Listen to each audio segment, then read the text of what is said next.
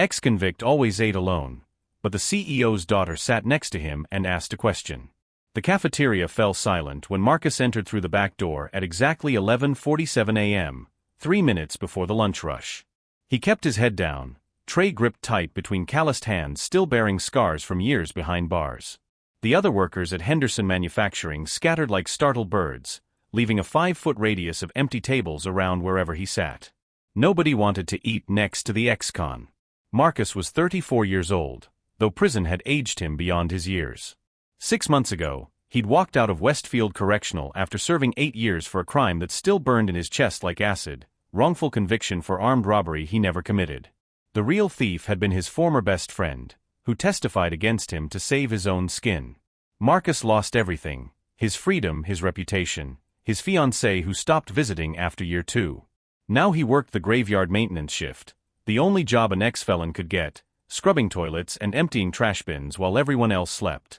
He chose the corner table farthest from the windows, the same spot he'd claimed every day for 3 months. The fluorescent lights flickered overhead, casting harsh shadows across his face. Marcus unwrapped his sandwich, peanut butter and jelly on cheap white bread, the same lunch he'd eaten in his cell for 2,920 consecutive days. Old habits die hard. Why do you always sit alone? The voice was small but fearless. Marcus looked up to find a girl, maybe 7 years old, standing beside his table with a juice box and a lunchbox decorated with cartoon characters. She had dark curls pulled into 2 ponytails and eyes that sparkled with the kind of innocence that didn't yet understand invisible walls between people. "Sophie, get away from that man right now." The command came from across the cafeteria. Victoria Henderson, CEO of Henderson Manufacturing and third-generation owner of the family business, stood frozen near the entrance with her designer handbag still on her shoulder. Her daughter had wandered off in the 60 seconds it took Victoria to check her phone. Marcus started to stand, to apologize, to disappear like he always did when anyone noticed him. But Sophie didn't move. She tilted her head, studying him with the brutal honesty only children possess. "Are you being punished?" she asked. "Because at my school, when kids are mean, the teacher makes them sit in the timeout corner by themselves.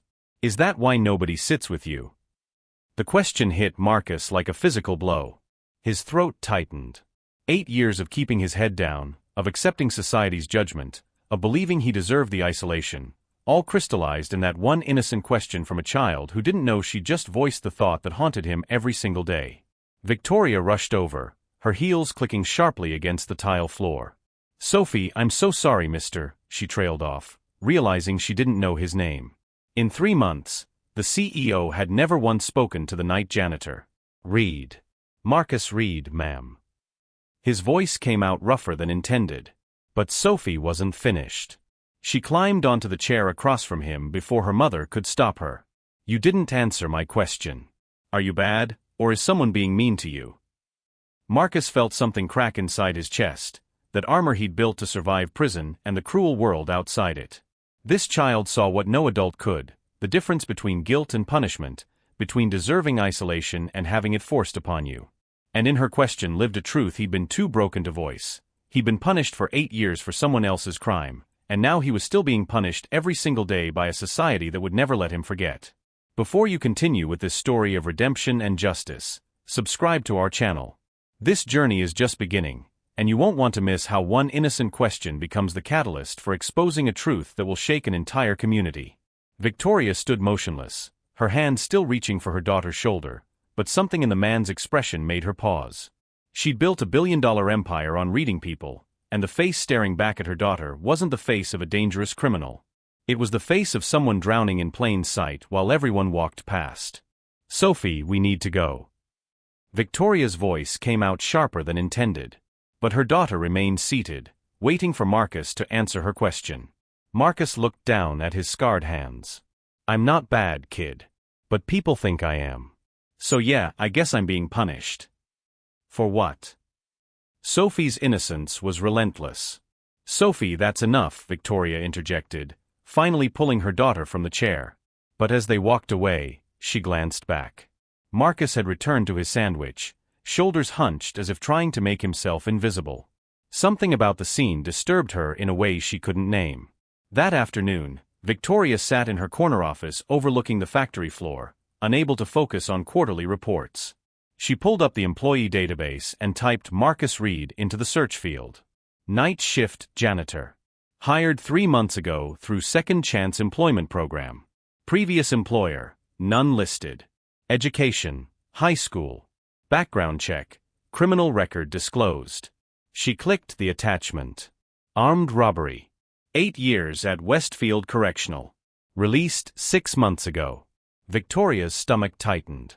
She'd built Henderson Manufacturing on her grandfather's principle of giving everyone a fair shot, but she had a daughter to protect. Yet Sophie's question echoed in her mind, is someone being mean to you? On impulse, she did something she'd never done before. She called her head of security, Dave Morrison, a former police detective who handled all background investigations. Morrison, I need you to pull everything you can on Marcus Reed, the janitor. I want to know what really happened with his case. What Victoria didn't know was that Marcus's wrongful conviction had been one of the worst failures of the local justice system. His public defender had been disbarred 2 years after Marcus's trial for taking bribes from prosecutors. The detective who'd arrested him had been fired for evidence tampering in unrelated cases. And the star witness, Marcus's former best friend Derek Chun, had walked free despite being caught with the stolen money, all because he'd pointed the finger at Marcus first. Meanwhile, the cafeteria incident spread through the factory like wildfire. By the next morning, workers were whispering, gossiping, turning a child's innocent question into something sinister. Did you hear the CEO's daughter talk to that criminal? What was he doing near her? Someone should report this.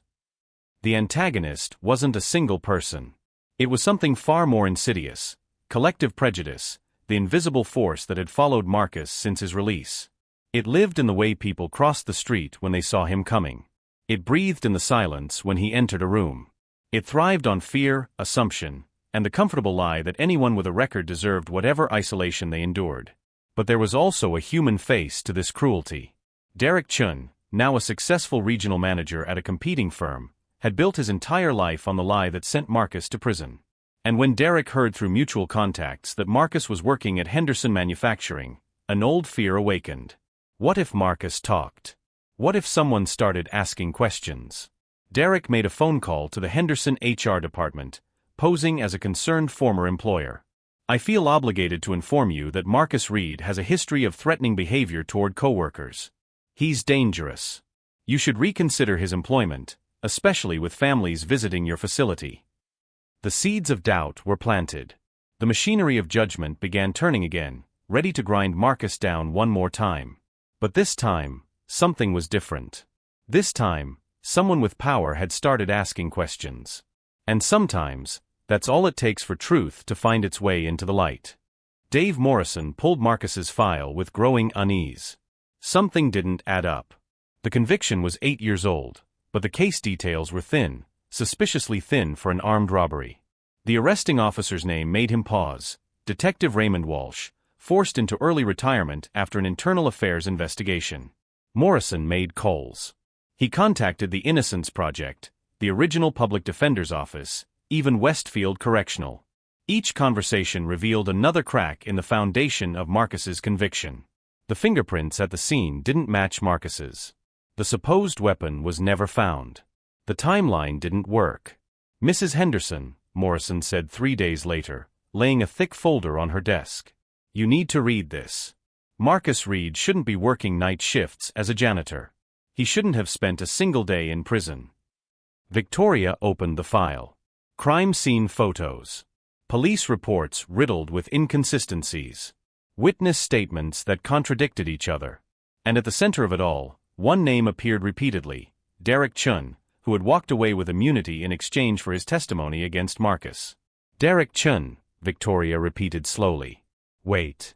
Derek Chun from Riverside Manufacturing. The same. He's their regional operations manager now. Makes 6 figures. Built his entire career while Marcus rotted in a cell. Morrison's jaw tightened. And there's more. Chin called our HR department 4 days ago, trying to get Marcus fired. Said he was dangerous. Victoria felt rage ignite in her chest, the kind of righteous anger that had made her fight her board of directors to implement the Second Chance Employment Program in the first place. Derek Chun had stolen 8 years of Marcus's life, and now he was trying to steal his second chance at rebuilding it. "Get me everything," Victoria said quietly. "Every document, every witness statement, every piece of evidence." "And Morrison?" "Do it quietly. If Chin finds out we're digging, he'll run."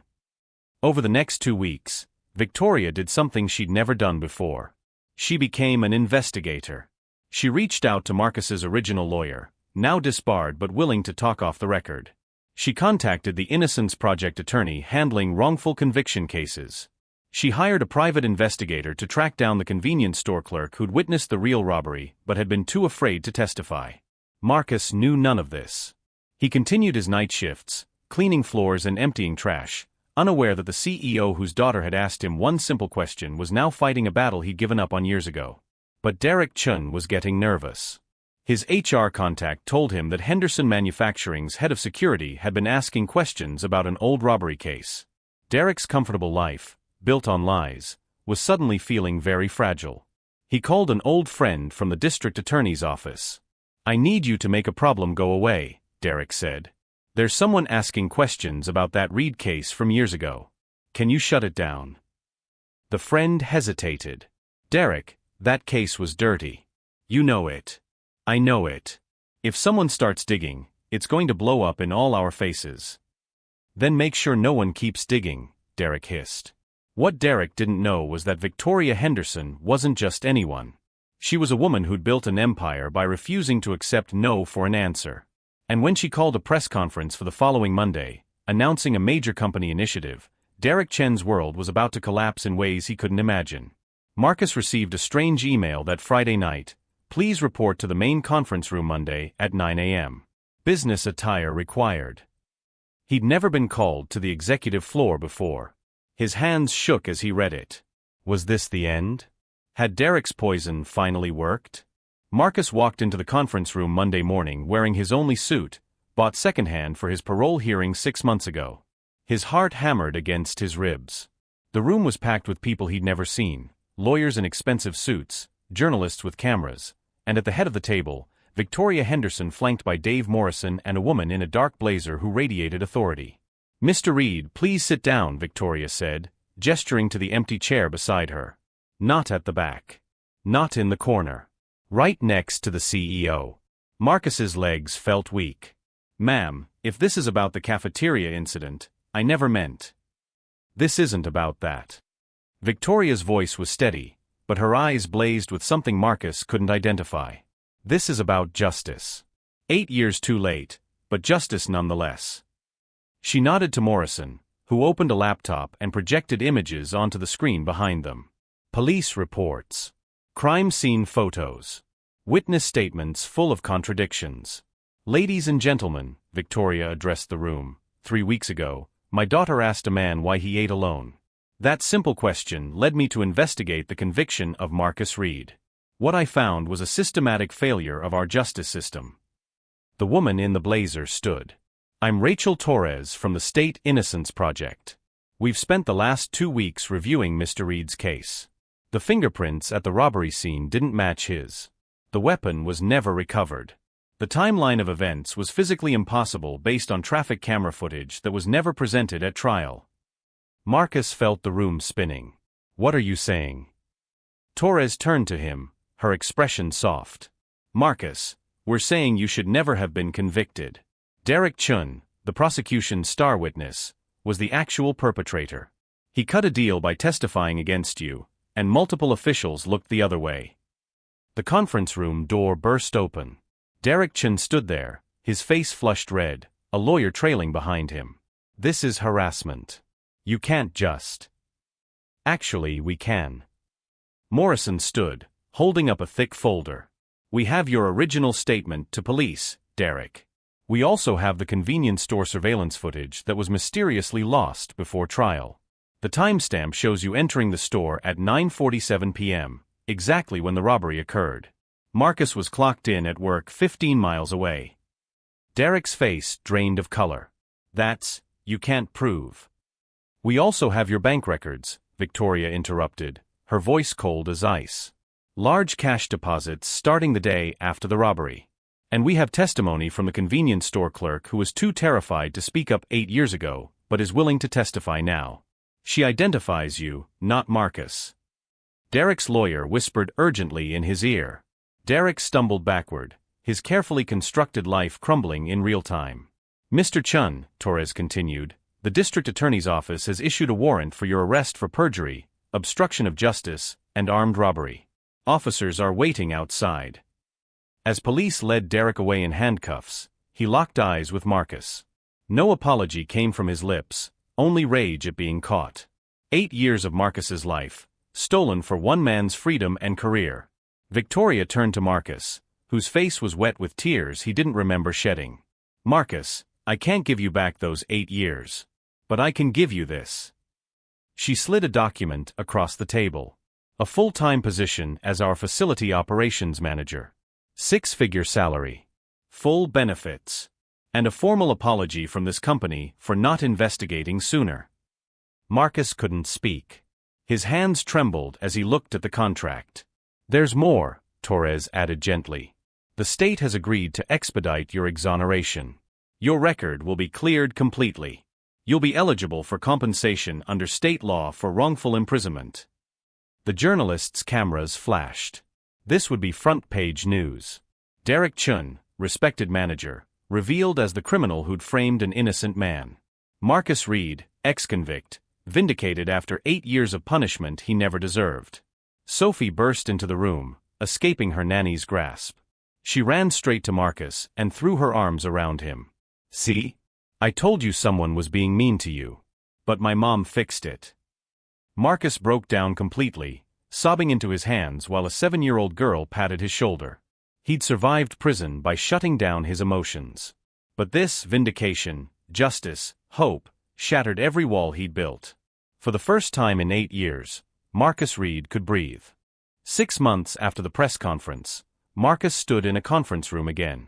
But this time, he wore a tailored suit he'd bought himself, and he stood at the head of the table, leading a meeting about facility safety protocols. His team, people who used to avoid eye contact with him, now listened intently and took notes. The state had officially exonerated Marcus 3 months earlier. His criminal record was expunged completely. The compensation check for wrongful imprisonment, $50,000 for each year served, arrived in his bank account. $400,000 couldn't buy back 8 years of his life, but it gave him something he thought he'd lost forever: choice. Derek Chun faced trial for perjury, obstruction of justice, and the armed robbery he'd committed 8 years ago. Without immunity protection, the evidence was overwhelming.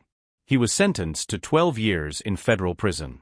The same prosecutor who'd built his career on Marcus's conviction resigned in disgrace after an investigation revealed he'd known about evidence inconsistencies but buried them. Marcus used part of his compensation to establish the Second Truth Foundation, a nonprofit that helped other wrongfully convicted individuals navigate the exoneration process. He knew the statistics. The average wrongfully convicted person served 14 years before exoneration, and many never got justice at all. If one child's question could change his life, maybe he could change others. Victoria expanded Henderson Manufacturing's Second Chance Employment Program, making it a model for other corporations nationwide.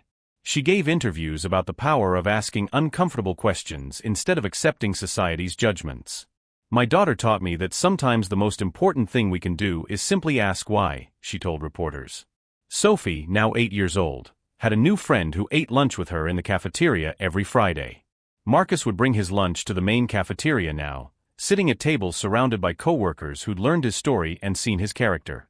The 5-foot radius of isolation had collapsed, replaced by handshakes, conversations, and respect earned through integrity. One afternoon, Marcus sat in his office, reviewing expansion plans, when Sophie burst through the door with a drawing. It showed 2 stick figures at a table, one large and one small, with a sun drawn in yellow crayon overhead. At the bottom, in careful child's handwriting, "Nobody should eat alone." Marcus taped it to his wall, right next to his framed exoneration certificate and his Employee of the Month award. 3 simple pieces of paper that told a story of injustice, redemption, and the transformative power of compassion. He thought about that day in the cafeteria when Sophie had asked if he was being punished. The truth was, he had been. Not just by a corrupt justice system that stole 8 years of his freedom, but by a society that continued punishing him long after his release. The real prison wasn't the cell. It was the isolation, the assumptions, the invisible barriers that told him he'd never be anything more than his worst day. But one child refused to accept those barriers. She saw a person, not a label. And in doing so, she gave him something more valuable than exoneration or compensation. She gave him back his humanity. Marcus learned that the most powerful weapon against injustice isn't revenge. It's refusing to let injustice define you. It's continuing to show up, to work with dignity, to maintain your integrity even when the world tells you you're worthless. Because eventually, truth has a way of surfacing. Sometimes it takes a CEO willing to investigate. Sometimes it takes lawyers willing to fight. But sometimes, it starts with a 7-year-old girl asking the simplest, most devastating question: why are you alone? The answer changed everything. Not because Marcus was innocent, though he was, but because someone finally cared enough to ask. If this story moved you, subscribe to our channel. Share it with someone who needs to hear that redemption is possible, that justice can prevail, and that one question, asked with genuine compassion, can change a life forever.